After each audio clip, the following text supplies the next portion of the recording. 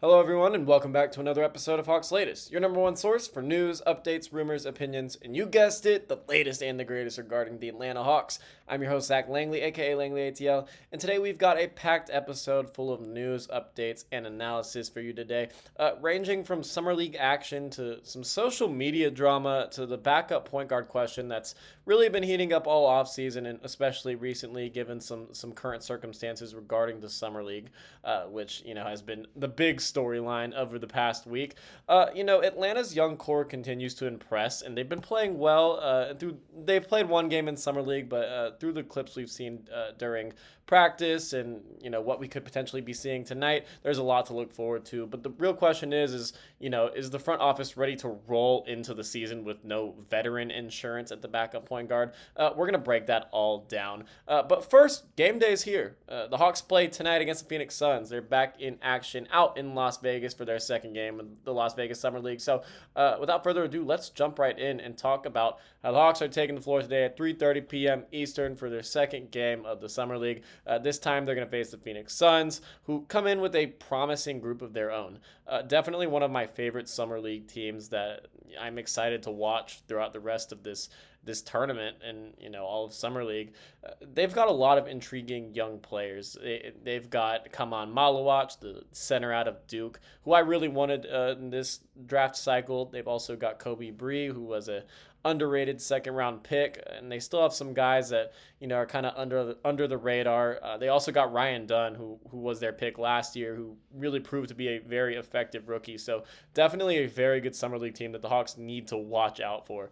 After a dramatic and impressive comeback win over the Miami Heat in the opener, Atlanta looks to go 2-0 in the summer league group play to really give themselves an edge over the competition when they start to approach the tournament. So in game one, we know what happened. The duo of Kobe Buffkin and Jacob Toppin really stole the show, taking over completely in the second half and leading Atlanta to that awesome comeback victory against a rival.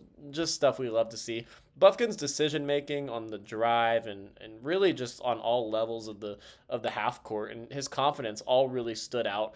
While Toppin's athleticism and energy and great transition play really gave the Hawks the edge down the stretch. They definitely looked like they were conditioned better. Eric Spoelstra actually made some comments on his starting center, Khalil Ware, who's the starting center right now for their summer league team, but also started at center for them last season. Definitely called out some of his effort. I forgot what the exact quote was, but I mean that's something that's notable. The Hawks really took advantage of some of Miami's lack of effort down low on the defensive glass, because Hawks got a lot of offensive rebounds, and that was really led by Asa Newell. So just overall good game a couple days ago, but now we're back in action tonight against a better summer league team like the Phoenix Suns. So at the time of this recording, all key players are expected to suit up. Now, obviously, this could change by the time this comes out in the morning. The Hawks could rule out Kobe Buffkin, but right now Buffkin is scheduled to play. They're not planning on for right now resting him and shutting him down for the summer league. There's always a chance they could play it safe, but that decision hasn't been made yet. One player to potentially watch today is Lamont Butler. I've talked a lot about Lamont Butler, and he actually didn't play in the last summer league game against the Miami Heat because he was dealing with a supposed ankle injury. He could play today. The injury reports have not come out, and I would love to see him suit up. So if he does, please be on the lookout for him.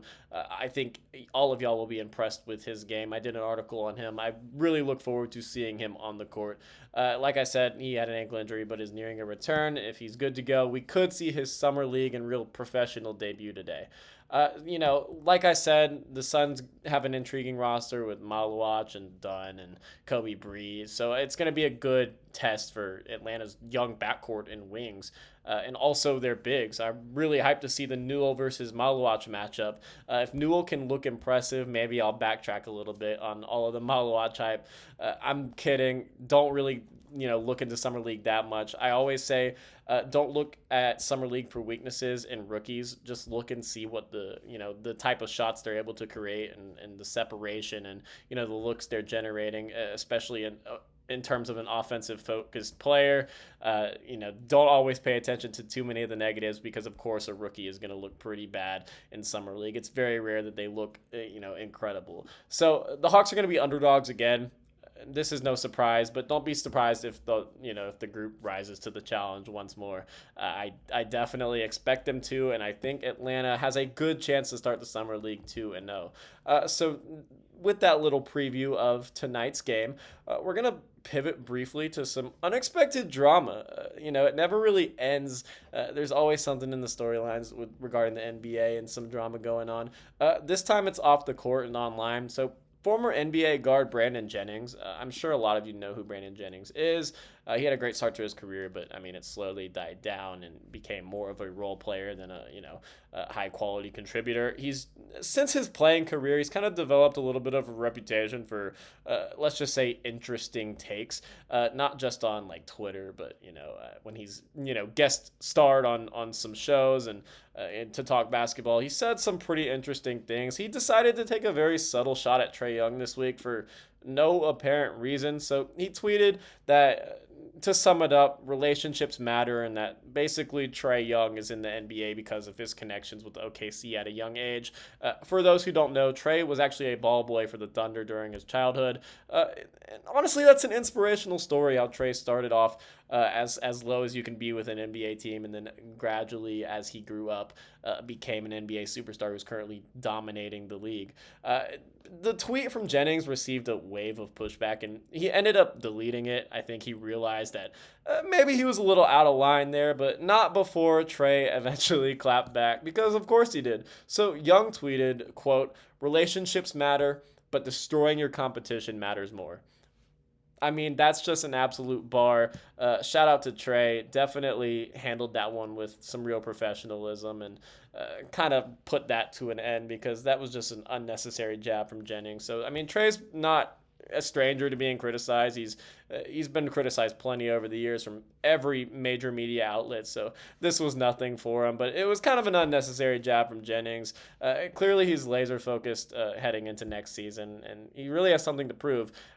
He doesn't really need to prove anything, but knowing Trae and knowing what he's striving for, a championship in Atlanta, he knows he's got a lot to prove. So now let's talk about the elephant in the room. Should the Hawks still be in the market for a backup point guard, even with Kobe Buffkin's strong summer league start? Now, it has just been one game, but really in 2 consecutive summer leagues, Buffkin has looked good, and I'm really excited to see what he can do tonight, if he can, kind of ride on that momentum.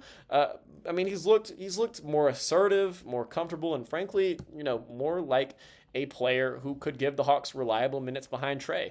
I think his game certainly complements Trae well. I don't know how many minutes they can play together due to them both being pretty small, but Buffkin definitely operates more as a scoring guard, and he's still a good playmaker. He could run the offense behind Trae, but then have more of like a driving ability, a driving and finishing ability that really can't be replicated. He's not afraid to take a shot outside either. This is the key, though. We've seen flashes before, but the consistency and the experience are still missing, and that could maybe be something that comes down to, kill Atlanta down the road.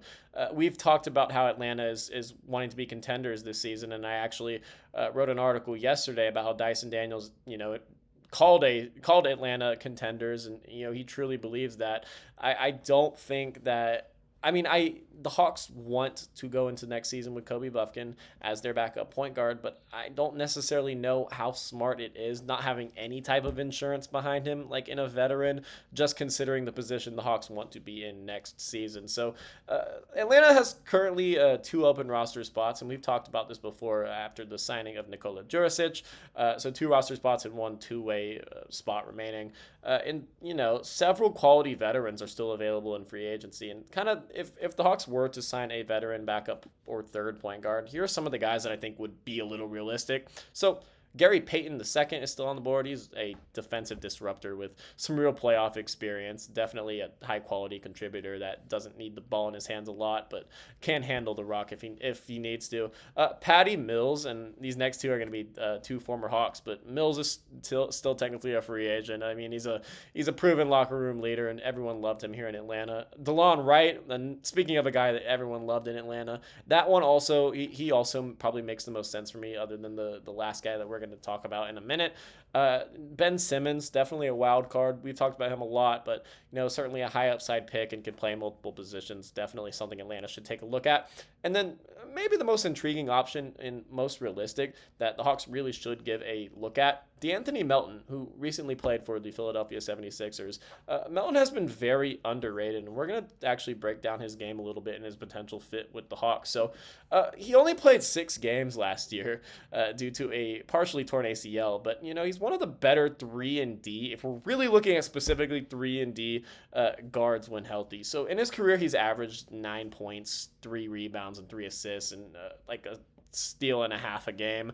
He's also a pretty efficient shooter from 3, definitely pretty efficient from beyond the arc, and he has some real playoff experience. He kind of has everything you're kind of wanting in a vet. He wouldn't be someone who'd just be a stopgap, though. He could be a valuable two-way player as Atlanta looks to still bring in as many defenders as they can around Trey. The Hawks have a new real defensive identity that they haven't had in a long time. So, I mean, if you pair him with guys like Dyson Daniels and Nickeil Alexander-Walker and, all these guard/wing defenders that Atlanta has on the roster now, he could be a great fit, and he also provides some good offense. He can kind of serve as a backup point guard without having the ball too much, and I think that's something Atlanta could certainly benefit from. The Hawks have done a great job this offseason updating their depth and versatility, but they still only have 13 players signed to standard NBA deals. General Manager Anzi Saleh and the front office could absolutely justify waiting until closer to training camp to fill these spots. That would certainly make a lot of sense, let Summer League play out, see what the direct aftermath of it is, and then obviously fill up the rest of your roster. But I mean, doing it now, could give a veteran like Melton the time to, integrate within the team, and I don't think it would be a bad idea. So Kobe Buffkin's strong start is a great sign, and I definitely think he has some real potential to be that backup point guard, moving forward, and definitely someone I want Atlanta to really focus on developing. But if this is a team that wants to compete now and not just 2 years from now, this is something to consider, getting another veteran.